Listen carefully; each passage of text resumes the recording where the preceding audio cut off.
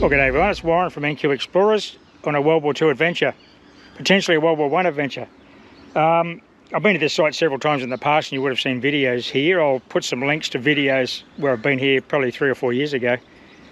Tons of rain, lots of overgrown terrain at the moment, lots of grass.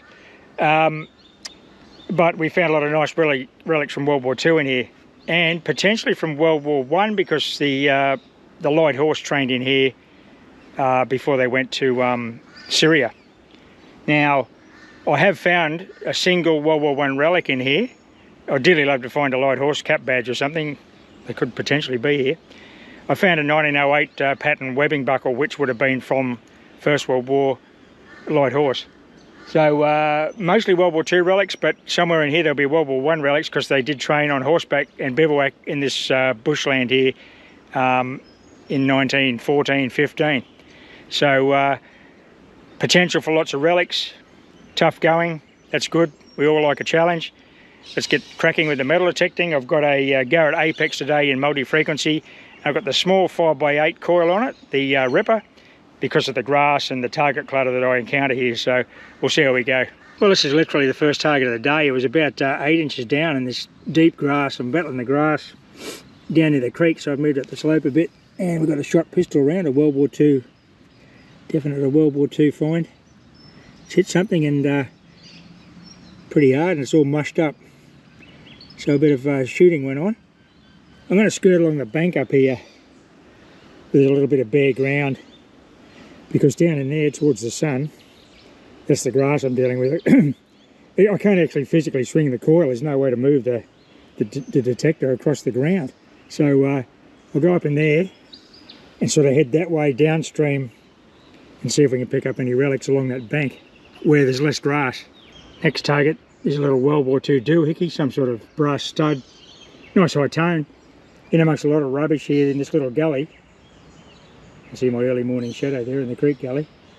And lots of iron, because up here there's lots of old World War II Dixies and rusty iron.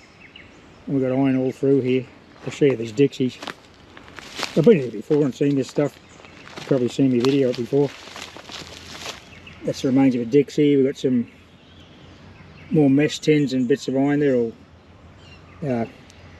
eating irons and that kind of stuff. But the grass in Lantana makes it a bit difficult, but we've got that little coil and I'll stay in these cleared areas. There's plenty to detect in here, so we'll just stay on the areas where we're not battling grass. I mean, I could spend some time in there, but it's just a lot of work for not very effective metal detecting, really. I know we just got our second World War II relic after that bullet. We got pistol bullet. That's the end of some webbing strap off the little pouches and packs that they wore as part of that World War II kit. That's brass. Would have been attached to a canvas strap. Nice. Another nice webbing find here. A lot of burnt lead in here. I'd say they might have burnt a bit of gear, I'm not sure. Some of it looks to be melted. That's definitely, you see that's the webbing strap there with a little butterfly end on it. Goes on a pack or a strap. Typical Australian Army or World War II gear. They're all through here, just littered with targets. I'll show you what it sounds like on the Apex. I actually need an even smaller coil. I probably should have bought a sniper in, or a, you know, the 4.5 inch concentric, because this coil's great, but there's so many targets here. But you can pick the high tones, the higher tones, like the 60s, 50s and 60s, out of the rubbish, and I'm discriminating the iron. But anyway, this is the way we're going, heading down past that Lantana there. Well, this is interesting. It's a brass end cap off a medical tube, a tinea tube or something like that. They're fairly typical what we find. Often these are like a rubber Bakelite type of thing, but this is brass. I think that's off a tube. But I am finding some interesting targets in here, and it's all very shallow. I think what was happened here was that it was a camp, but a bit of gear was dumped here after the war, and obviously bushfires in the last 80 years have been through many times, and I'm not sure if the army might even burnt the gear in the first place.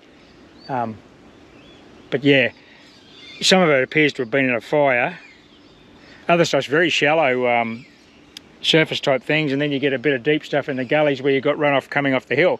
So it's an interesting place to detect. Yeah, I'd say I've had a gear burn all right. This is quite deep, but it's just a big chunk of melted alloy. Yeah, clearly there's been a pretty hot fire here. We've had so much rain in here over the last summer and winter. Actually, the last few years there's been so much rain. Some of these relics are digging themselves up. Have a look at this, we've got a sunbaker. More World War II webbing, strap end. It's lying on top of the ground. Nice one. These actually polish up really well on the tumbler because they're brass. They're very high quality, as you'd expect. Another sunbaker here. Don't really need a metal detector today. Awesome. Love finding these World War II relics. Like, look at that. Another strap end. Ripper. Got another high tone target next to that sunbaker. Just in here somewhere. So we'll pinpoint that and see if we can.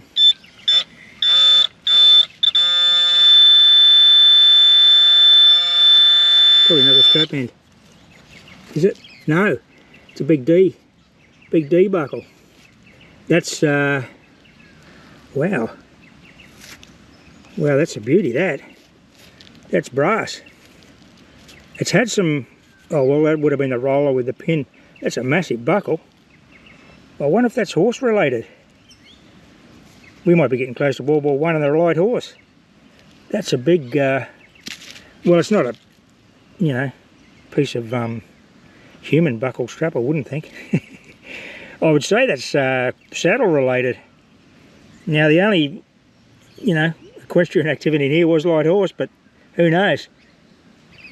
Yeah, that's an absolute pearler, that one. It was just there, the strap end was exposed there, and this was just under the surface there. As you heard, there was a very high tone target. Nice. Another nice World War II relic. I'm digging the iron now, and this is handle off a Dixie. Nice one. Righto, this is what happens when you leave your iron discrimination off and you dig these targets. Look at this, it's a ripper. I've just disturbed it, it's coming out of the ground now in this nice loamy soil. Complete World War II Dixie, Australian Army. Wonder if the handle's on it. Yeah, that's in pretty good nick. Oh, look at that. There you go. It's the whole deal. I'm going to take this home, I'll oil it up, and that can go in the collection. That's in very good condition. Been underground for 80 years. Got a little bit of rust through on the bottom there, but because it was sitting in the ground, so I guess the water was ponding in the bottom of it, sitting in the angle like that. But yeah, I won't clean it anymore now. Take him home and give it a proper clean. Oil it up. Put it on display. Actually, it's the two Dixies. It's the complete set. Look, you can see there's one Dixie inside another. Oh, how good is that? So this one handle will unclip, and there's a second smaller Dixie inside the larger Dixie. That's an absolute ripper, that. Look at that. Oh, that's made my day. It should be stamped and dated. So when I clean it, I'll see if I can get any details off it. If not, well, I'll preserve it just as is. Well, how's that for a ripper of a find?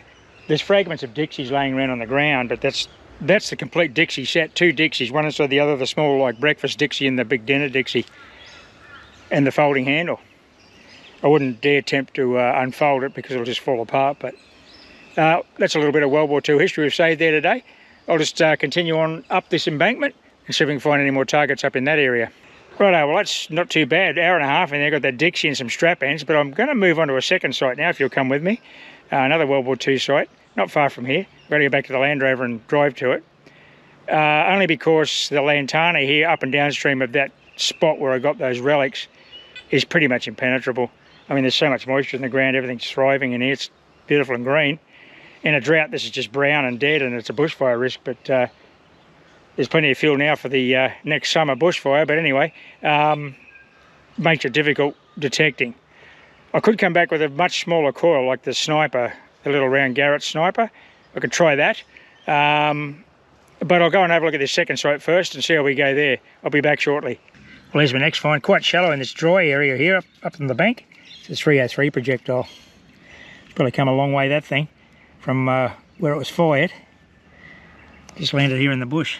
Righto, so on my way back to the Land Rover, I'm going to go cross country through the bush, not follow the track I came in on, because this large bushland area was used for many years by the Army for all sorts of training purposes. So there's a good chance that people were bivouacked out here in overnight camps, and you could find a little scatter of relics, you know, basically with no logical reason in the middle of nowhere, because that's where they bivouacked. So we'll keep heading this way behind the camera and head back to the Land Rover, but we'll do it across country through the scrub.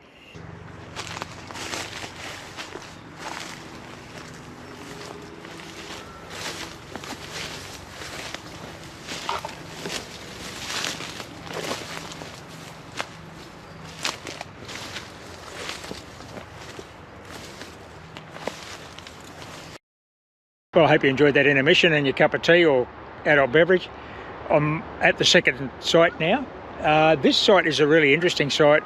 It's not documented as an army camp as such. I've never found any plans for it. But reading a local history, I found out about this site. Now, I don't think there was a lot of infrastructure here. I think it may have just been a lot of tent lines, like an overflow camp for larger camps in the district. I've never seen any slab or like an ablution block infrastructure here. It may have been bulldozed, I don't know. But anyway, suffice to say 99% of it now is urban housing. There's very little left of it, just this bit of bush here. I found a lot in here on a couple of other trips. Colleen and I both found quite some nice coins and buckles and actually a rising sun in here. So there are relics here, but as I said, most of the camp is now under bricks and concrete, unfortunately. It was never a permanent arrangement. It was kind of a temporary, I think it was like a transit camp or an overflow camp just during the war, because it certainly wasn't here in the 50s, and it wasn't here prior to the war, unlike some of the older camps in the area which had been here since the First World War. So anyway, we'll go for a wander in the bush here today. Doesn't look to be as bad as that site we were just at regarding the grass, so we might do well in here. Let's get cracking. We'll have a look at this for a relic. I don't think it's World War II, but it's beautiful. Probably part of an old cast iron stove, I'd say. I don't think that could predate the Army being in here. The old Pioneer Farms were here in the like 1850s. That is a lovely bit of cast iron. Wow, that is heavy. It's a couple of kilos just there. Now I wonder what that is doing here. It's obviously broken. I'd say it's part of an old stove or something, like maybe a leg bracket, or you know how they had those decorative things in the 19th century. Well, that's a nice old relic actually. I might put that in the collection. Clean him up with a wire brush and a bit of oil. I'll just come to this area here, which may prove my earlier statement about the place being bulldozed. I've got ceramics, I've got a bit of a mullock heap here. More bits of plate here.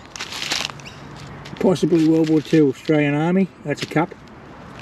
But anyway, I've got a lovely screaming 80 signal in the middle of it all. I've got my first World War II relic out of the second site. And it's a beauty. It's a lovely old brass webbing strap buckle. Actually, it's a bit like a Paris buckle. Oh, wait a minute, there's just a Paris buckle. It may be even older than what I might go along with that cast iron stove, actually. I think that's a Paris buckle. Looks like one. Well, it's a suspender buckle anyway. One we call Paris buckles. So, see this old glass, thick glass in here. Oh, this is interesting. This might predate the Army camp. That's a, yeah, off a set of braces. Looks to be a Paris buckle. I'll get a stool pick of that though. But that's probably not Army. Almost definitely not Army. Right, we've time travelled back to World War II again with this find. I just got to fill these holes in, but there's still targets. I'm scratching around. It's a little dump actually. There's broken glass, lots of crown seal tops, probably off World War II beer bottles. In it all, a 303 hull. It'll be interesting to get a date off that, won't it? It'll be 42, 43, 44. And it'll have the armoury, the arms works that made it, stamped on the head there. Righto, this is going well. He's got a mate there, about a foot away, another 303, and that looks like Army World War II China. Some of the later ones actually have the Rising Sun and Australian Army, I'm talking about the ceramics, the cups and the plates printed underneath. But yeah, righto. This looks like it might have been a little tiny dump for the camp. All these mounds aren't natural, it's possible the whole camp's in here. I just come off the side of the mound and pull back the leaf litter and a little bit of topsoil, and we've got a clock cog. Pull the alarm clock out of the office, may I say. So there's a few relics on this mound. It looks like it's rocky, but it's not actually rocky. It's quite soft soil, and over the years the rains eroded it and just the rock sitting on top. And there's another big mound there past that stump. Bit to do here, really. Probably more of the clock. Just next to that cog in this little ditch off the side of the hill. A pushed up mound. Down in here, let's dig this one and have a look. That'll do it. It shouldn't be too deep. I haven't really dug any really deep holes on this site.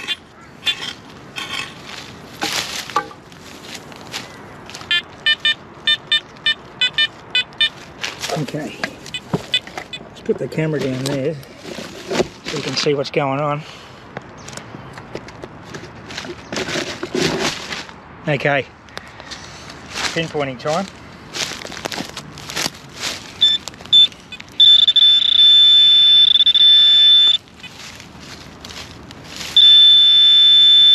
Still buried. It's only a 65. As you can see, it's quite loamy here, isn't it?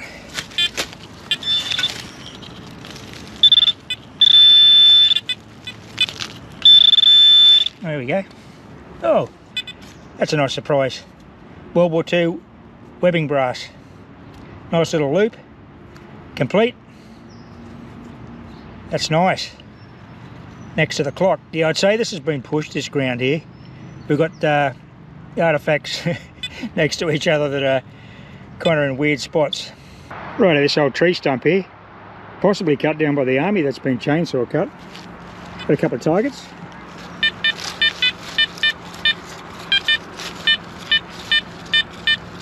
Got a lot of mid to high 60s there. A lower target, oh no, 50, oh it's jumpy that one. Well, there's the rest of the tree there, falling on the ground where it's been cut. It jumps up into the low 70s. Could be a 303 projectile because they're linear and they present differently to the core, and they get you get different target IDs in different directions. But we'll dig them up and have a look. Okay, I've dug the hole for that first target that I showed you. It was in the 70s, jumping around. I saw a bit of green here. Look at this. What's this? It's a coin.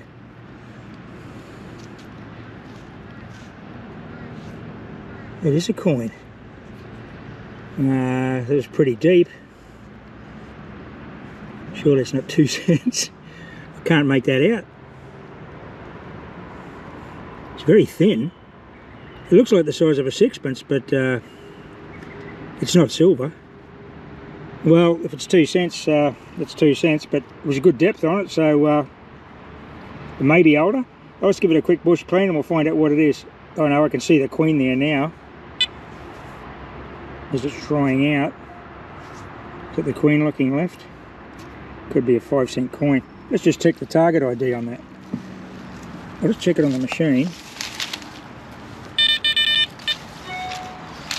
Yeah, it's in the 70s. That's weird. Okay, let's give it a clean. And I don't think it's not going to be a 5 cent coin. It's too low for a. It's too low for a sixpence unless it's. Let's not guess. Now it's dried out. We'll clean it up. Back shortly. Well, you're not going to believe this find. I was hoping this was what it was. as I was cleaning it, but I didn't want to say it earlier on. It's not World War II. It's colonial. It goes way beyond the turn of the century, I would say, the 19th century. And it goes with that bit of old iron we got, that old cast iron stove, and the Paris buckle. It looks to be a farthing. Now, these aren't common finds, actually. Not in my area of the woods, and well, this woods in particular. And this farthing, well, you know what, I reckon I've only found probably, I've been metal detecting for 40 years, and I reckon I've found probably 6 of these things. This could be number 7. I can't believe it. A farthing in an army camp. So what this proves is that the early settlers were here. There's a whole bit of stove. The relics are sparse, but they're here. The Paris buckle and a farthing. Well, let's just clean this up. I'll get some really good photographs of this, and we'll get a date. It's going to be Victoria. I can see, when I saw the Queen, she was facing the wrong way, so I knew it wasn't QE2. Anyway, what a ripper. Let's have a look at this coin together. Okay, here it is in the sunshine on a log, or at a low angle sunshine. You can see the detail. We've got Britannia with the shield and trident. Definitely a farthing coin. The date's there on the bottom, and I don't want to clean it any further. Then what I've done, I've just dry cleaned that with my fingernail, and it'll say farthing around the top. Now, unfortunately, these GoPros aren't good at close-ups. That will be Victoria, I would say, and this will be 18 something. Could be completely wrong. You might be able to see that there, but like I said, the GoPros aren't real good at these close-ups. So I've got my other still camera in the car. We'll take some stills of that and get a definitive date. Incredible. Well, I'm stoked. I didn't expect that coming here today. That's the great hobby of metal detecting. Like, your day just turns around. You know, I was digging up some interesting relics there for sure, but to get a farthing that predates this camp by, you know, possibly 100 years, when this was a dairy or sheep farm. And in fact, cotton was grown in this area during the American Civil War because of the embargo on the Confederate shipping and the cotton going to the UK linen mills. So Australia, that started this cotton industry in Australia in the 1860s because of the US Civil War. So there was farms here from the 1840s onwards, 1830s actually. Anyway, I won't get too excited. I don't know the date on that coin yet, but I will get too excited. That's a farthing. That's a great find. Right, our light's not perfect here. It's dappled light, but it's about 9 o'clock in the morning, so I've got low angle sun. But this is that second target, about 2 feet from the farthing. It's a 63, 65. I thought it might, it's probably not going to be, I thought it might be another old coin, but it's a bit lower than the farthing was reading. The farthing was reading up to 70, because it's a decent alloy. This one here maxes out at about 68. But it's nice and deep too, as you can see. I've got a bit of a hole going now. So if it's the same depth as the farthing, it could be of the same age.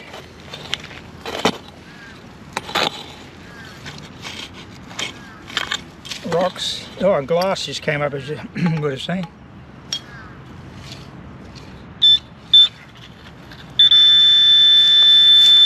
Okay, it's up in the face here now.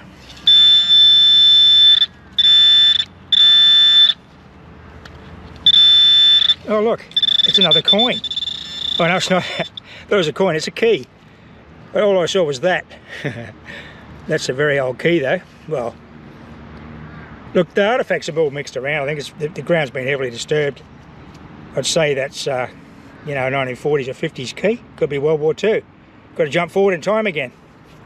Well, that was a bit of a mixed bag with those two sites. We got, well, definitely got World War II relics. We got 19th century relics, without a doubt.